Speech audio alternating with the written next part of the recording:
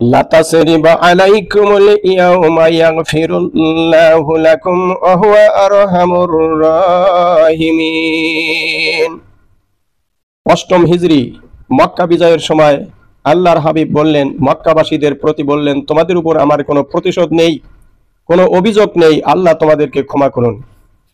সকালবেলায় রাসূলুল্লাহ সাল্লাল্লাহু আলাইহি ওয়াসাল্লাম তার মায়ের দেশ, তার বাবার দেশ তিনি ঘুরে ঘুরে দেখতেছেন।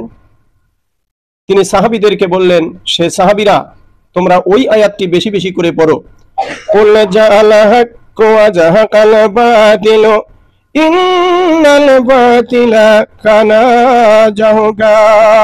এই আয়াত পড়তে পড়তে আল্লাহর হাবিব কয়েকজন সাহাবীকে নিয়ে পবিত্র কাবা শরীফে প্রবেশ করলেন। কাবা শরীফে তিনি দেখতেছেন অসংখ্য মূর্তি রয়ে গেছে। কোন মূর্তির প্রতি আল্লাহর হাবিবের বিদ্বেষ ছিল না, কোন ধর্মের প্রতি আল্লাহর হাবিবের বিদ্বেষ ছিল না। আল্লাহর হাবিব বলতেন, হে সাহাবীরা, তোমাদের পাশে অন্য ধর্মের লোক যদি থাকে তাহলে তাদের সঙ্গে এমন সুন্দর ব্যবহার তুমি করো, এমন সুন্দর আচরণ যেন তোমার হয়, তারা তোমার আচরণ দেখে তোমার প্রতি আকৃষ্ট হয়ে ইসলাম ধর্ম গ্রহণ করে। কিন্তু পবিত্র কাবা শরীফ, যেটা আল্লাহর ঘর, সেই ঘরে মূর্তি থাকা কোনো অবস্থায় সমীচীন নয়। এই কারণে আল্লাহর হাবিব এক একটা মূর্তির দিকে শাহাদত আঙ্গুলি নির্দেশ করে তিনি বলেন, কুল জাআল হাক্কু ওয়া জাহাকাল বাতিলু। আল্লাহর হাবিব এই কথা বলার সঙ্গে সঙ্গে এক একটি করে মূর্তি সঙ্গে সঙ্গে জমিনে পড়ে যায়। রাসূলুল্লাহ সাল্লাল্লাহু আলাইহি ওয়াসাল্লাম মূর্তিগুলোতে হাত দেননি, তিনি লাঠি দিয়ে ভাঙেননি। তিনি নির্দেশ করা মাত্র মূর্তিগুলো ভেঙে পড়ে যায়। এটা ছিল আল্লাহর হাবিবের মুজিজা। রাসূলুল্লাহ সাল্লাল্লাহু আলাইহি ওয়াসাল্লাম মায়ের দেশ, বাবার দেশ দেখতেছেন ঘুরে ঘুরে। দীর্ঘদিন পরে হঠাৎ তিনি দেখেন 3 রাস্তার মোড়ে একজন বৃদ্ধা মহিলা, তার গলায় রয়েছে স্বর্ণের অলংকার, সামনে একটা বস্তা। বুড়িমাকে ডাক দিয়ে বলেন, বুড়িমা, এই সাত সকালে আপনি এই বস্তা নিয়ে আপনি কোথায় রওনা হয়েছেন? বুড়িমা বলে, হে যুবক, তুমি কি ঘুমিয়েছিলে? তুমি কি শোনো নাই? আব্দুল্লাহর পুরা মুহাম্মদ 10,000 সৈন্য নিয়ে মক্কা নগরে হামলা করেছে, হাজার হাজার লোকদেরকে সে হত্যা করেছে। আমি তার ভয়ে আমি ওই পাহাড়ে আশ্রয় নেওয়ার জন্য যাইতেছি।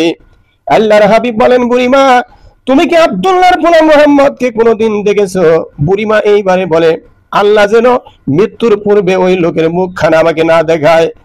মা বাবার ধর্মের উপর চুলকানি দিছে, হাজার হাজার মক্কাবাসীকে হত্যা করেছে, ওই লোকের মুখ যেন আল্লাহ আমাকে কোনোদিন আর না দেখায়। হাদিস শরীফে এসেছে, রাহমাতুল লিল আলামিন, যার চেহারা এক নজর দেখলে, যার চেহারা ঈমানের সঙ্গে এক নজর দেখলে মহান আল্লাহ তাআলা তার জন্য জাহান্নামের আগুন হারাম করে দিবেন।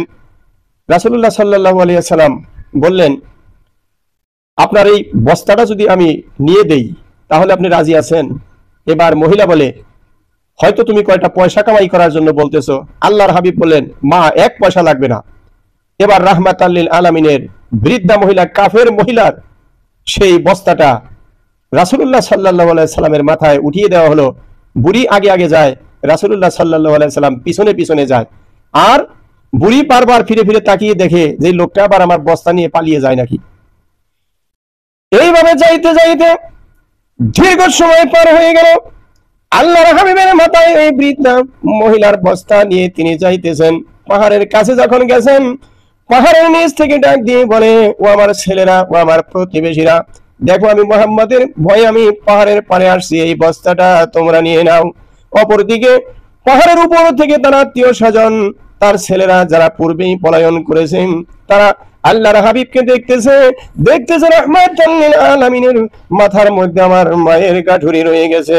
এবারে ডাক দিয়ে বলে, মাগো, যার ভয়ে মক্কা ছাড়লাম, যার ভয়ে বাড়ি ঘর ছাড়লাম, তুমি কোন সাহসে সেই মুহাম্মাদের মাথায় বস্তা দিয়ে তুমি আমাদের এই জায়গা চিনিয়ে দিলা?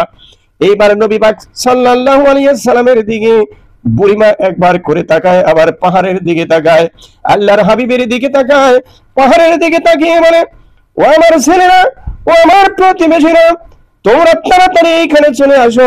এটাই যদি সত্যিকারের মুহাম্মদুর রাসূলুল্লাহ সাল্লাল্লাহু আলাইহি ওয়াসাল্লাম হয়ে থাকে, খোদার কসম এই মানুষ কোনোদিন মানুষের ক্ষতি করতে পারে না, এই মানুষ কোনোদিন মানুষ মারতে পারে না। বাবা গো, তুমি কেন তোমার পরিচয়টা আগে দিলে না? আমি কি বেয়াদবি করতাম?